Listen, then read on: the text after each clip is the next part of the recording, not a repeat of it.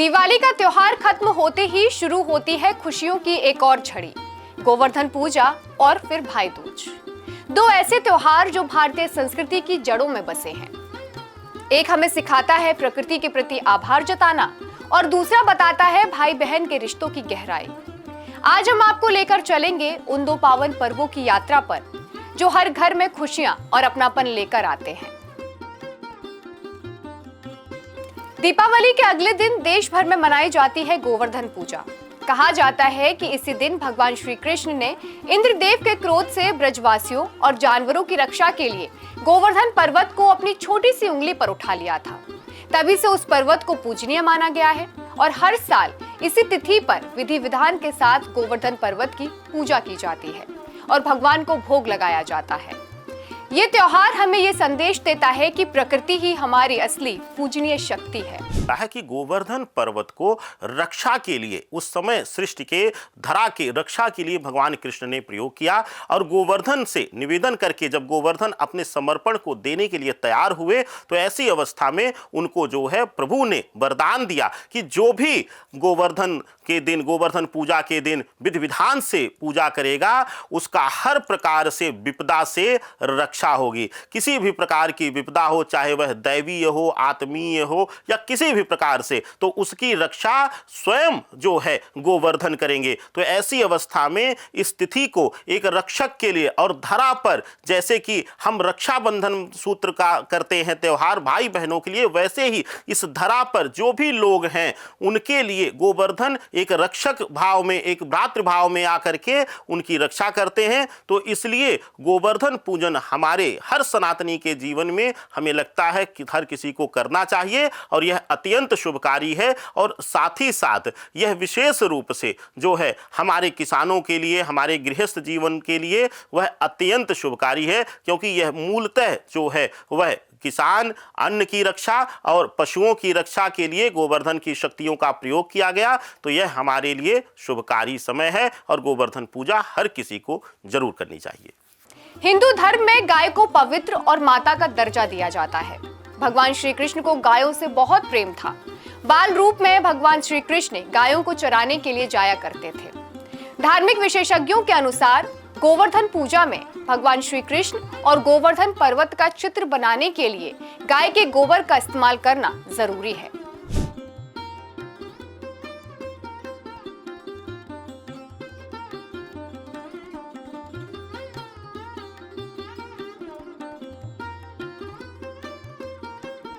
गोबर का जो है गोवर्धन बनाने का प्रावधान जो है वह पुराने समय से चला रहा था, खास करके लोग अपने ही घर में पाले हुए पशुओं का, क्योंकि लोगों को ऐसा लगता था कि उनके पास जो पशुधन है या जो उनका गृहस्थ जीवन बचा हुआ है वह भगवान प्रभाव स्वरूप जो है गोवर्धन के प्रभाव स्वरूप है, तो वह उन्हीं के अंशदान और खास करके गाय के गोबर से, क्योंकि पुरातन समय में जो है गौशाला या गौपालन जो है बहुत ज़्यादा प्रभावी था। हर किसी के घर आपको गाय जरूर मिलती थी। तो ऐसी अवस्था में गाय के गोबर को शुद्धता के साथ जोड़ा जाता है और इससे जो है गौरी गणेश या ईष्ट का निर्माण किया जाता है। यह सबसे शुद्ध है, इसीलिए गाय के गोबर से यह विधान था निर्माण करना। लेकिन कालांतर में लोगों ने उसको परिवर्तित करके जो है किसी भी जो जानवर का जो खास करके गाय या भैंस का गोबर का प्रयोग हम करने लगे। धीरे धीरे यह रीत में आ गया। लेकिन अगर गोबर नहीं है आपके पास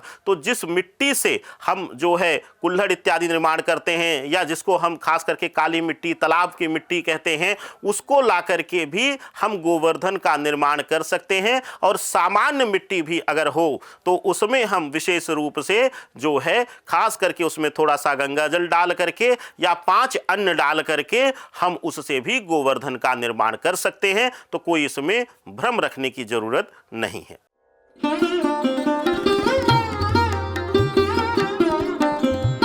हर जगह गोवर्धन अलग अलग तरीके से मनाए जाते हैं। कुछ गांव में पूरे गांव के लोग एक ही गोवर्धन बनाते हैं। गांव के हर घर से गोबर इकट्ठा किया जाता है और उसे मिलाकर एक जगह पर गोवर्धन के रूप में सजाया जाता है। गोवर्धन में पहाड़, भगवान श्री कृष्ण, गाय और पेड़ों की आकृति बनाई जाती है। कुछ जगहों पर गोवर्धन की आकृति के साथ भगवान श्री कृष्ण की भी पूजा की जाती है, जबकि कहीं पर सिर्फ गोवर्धन पर्वत की पूजा होती है। कुछ जगहों पर गोवर्धन पूजा के बाद आतिशबाजी की जाती है और बैलों की भी पूजा की जाती है। उत्तर भारत के गांव से लेकर शहर तक हर जगह गोवर्धन पूजा का अलग ही रंग होता है। कहीं लोग गायों को सजाते हैं, कहीं गोबर से बने पर्वत के चारों ओर दीप जलाते हैं, तो कहीं 56 भोग का प्रसाद बनाकर भगवान को अर्पित करते हैं। जब सभी लोग अपने घर के आंगन में गोवर्धन पर्वत की प्रतिमा बनाकर पूजा करते हैं, तो उनके लिए अन्नकूट का प्रसाद बनाया जाता है और ये प्रसाद बेहद विशेष माना जाता है। अन्नकूट जो हैं वह सभी अन्न का स्वामित्व एक ग्रुप कहा गया, जिसमें 7 धान्य गिना जाता है। सतअनजा जिसको कहते हैं। सतअनजा का अभिप्राय यह है, मैं आपको बताऊं कि जो ये 7 धान्य हैं, धन जो हैं, विशेष करके जिसको धन हम इसलिए कह रहे हैं कि यह प्राइमरी या प्राथमिक धन, मैं इसको इसलिए कह रहा हूं कि आपके पास कितना भी धन पड़ा हुआ हो और अगर धान्य नहीं है यानी अन्न नहीं है, अन्नकूट नहीं है, तो वह धन बेकार है। धरा पर अगर खूब पैसा हो और कोई खाने की वस्तु ना हो तो आपके लिए वह धन यानी वह लक्ष्मी प्रभाव भी शून्य लगने लगेगा। ऐसी अवस्था में जब विशेष रूप से इंद्रदेव का जो है प्रलय जो है पूरे धरा को प्रभावित करने लगा, तो सबसे पहले जो सुरक्षित किया गया वह हमारे लिए अनाज को किया गया, धन धान्य को किया गया। धान्य जो आता था, अनाज जो आते थे, उनको सुरक्षित किया गया। तो ऐसी अवस्था में जब हम विशेष रूप से यह गोवर्धन पूजन करते हैं तो 7 धान्य, विशेष करके कुछ लोग 5, कुछ लोग 3, जो भी मिल जाए आपके पास, जो है साबुत अन्न जो है वह हम वहां पर पूजन स्वरूप उनको अर्पण करते हैं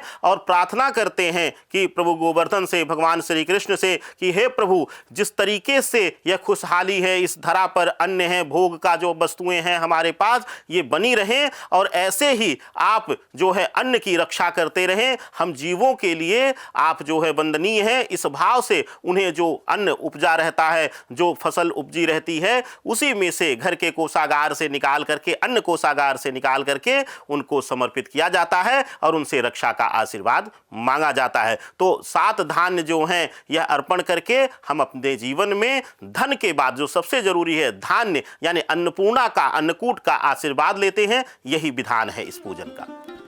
कहा जाता है कि जो श्रद्धा से गोवर्धन पूजा करते हैं उसे जीवन में सुख, समृद्धि और सुरक्षा मिलती है। ये दिन केवल धार्मिक ही नहीं बल्कि पर्यावरणीय संदेश भी देता है। धरती, जल और पशु सबका आदर करो, क्योंकि यही सच्चा धर्म है। गोवर्धन पूजा ने हमें सिखाया कि प्रकृति ही हमारी माता है।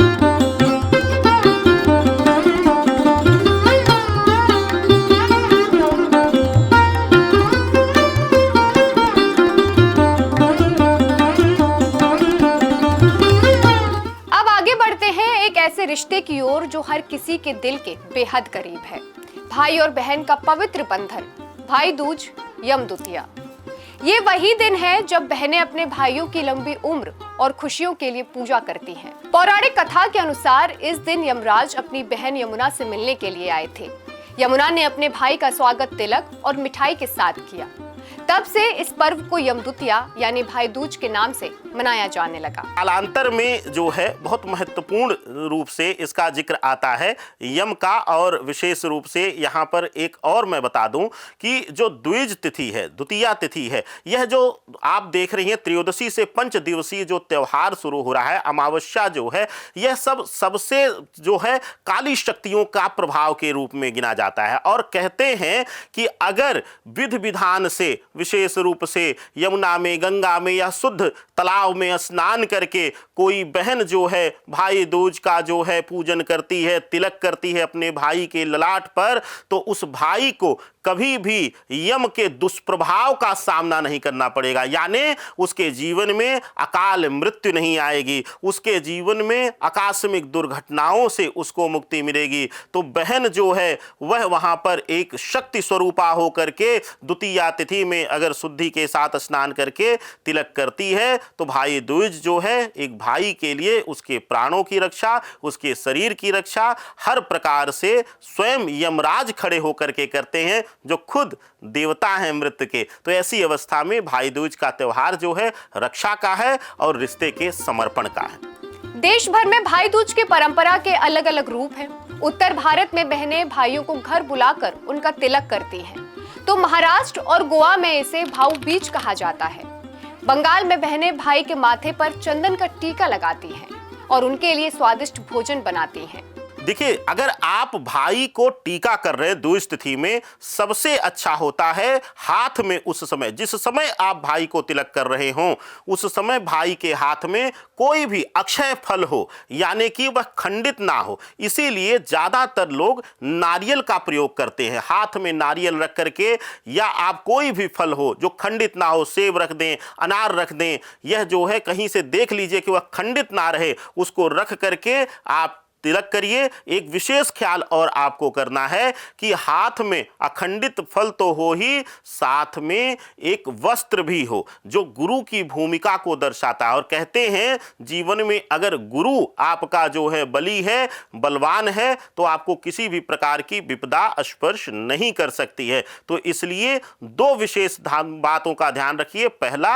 अखंडित फल, दूसरा एक वस्त्र, खास करके अगर पीला हो तो अति उत्तम है। यह जरूरी है हाथ में रहना भाई के। और खास करके इस दिन जो है परहेज करिए, आप जो है खास करके भाई जो है काले वस्त्र को धारण ना करे। काला वस्त्र कहीं भी हो जो है शरीर से, वह वर्जना लेनी चाहिए। यह आपके लिए शुभकारी रहेगा। वहीं दूसरी ओर कुछ जगहों पर भाई दूज पर बहनें अपनी जीभ में कांटा गड़ाकर भाई को श्राप देती नजर आई हैं। तो चलिए जानते हैं भाई दूज की इस अनोखी परंपरा के पीछे क्या रहस्य है। बिहार, झारखंड और उत्तर प्रदेश में भाई दूज पर्व की ये अनोखी परंपरा देखी जा सकती है। इस परंपरा के तहत भाई दूज पर बहनें पहले अपने भाइयों को मरने का श्राप देती हैं और उसके बाद प्रायश्चित के लिए अपनी जीभ पर कांटा चुभाती हैं। इस दौरान बहनें यमलोक के प्राणियों की प्रतिमूर्ति बनाकर उनकी कुटाई भी करती हैं। मान्यता है कि भाई दूज के दिन भाइयों को गालियां और श्राप देने से उन्हें यमराज का भय नहीं रहता है। त्योहार सिर्फ पूजा नहीं, भावनाओं का उत्सव है। गोवर्धन हमें धरती से जोड़ता है और भाई दूज हमें परिवार से। दोनों मिलकर बनाते हैं भारतीय संस्कृति की वो तस्वीर जिसमें आस्था भी है और अपनापन भी। समय बदला, तरीके बदले, लेकिन त्योहारों का उत्साह आज भी वैसे का वैसा है। अब गोवर्धन पूजा में लोग इको फ्रेंडली तरीके से गोबर पर्वत बनाते हैं और भाई दूज पर सोशल मीडिया पर वर्चुअल तिलक करते हैं। आधुनिक भारत में ये पर्व केवल धार्मिक नहीं बल्कि पर्यावरण, संस्कृति और रिश्तों के संतुलन का प्रतीक बन चुका है। लोग इन्हें पर्यावरण जागरूकता और परिवार के मेल मिलाप के मौके के रूप में भी मनाते हैं। त्योहार सिर्फ तिथियों का नाम नहीं, ये वो एहसास है जो हमें जोड़ते हैं प्रकृति से, भगवान से और अपने परिवार से। गोवर्धन पूजा हमें सिखाती है आभार और भाई दूज सिखाता है संबंधों की मिठास। तो इस बार जब आप दीप जलाएं और तिलक लगाएं, तो याद रखिए कि ये रोशनी सिर्फ घर नहीं बल्कि दिलों में भी उजाला फैलाने के लिए है। आप सभी को गोवर्धन पूजा और भाई दूज की हार्दिक शुभकामनाएं।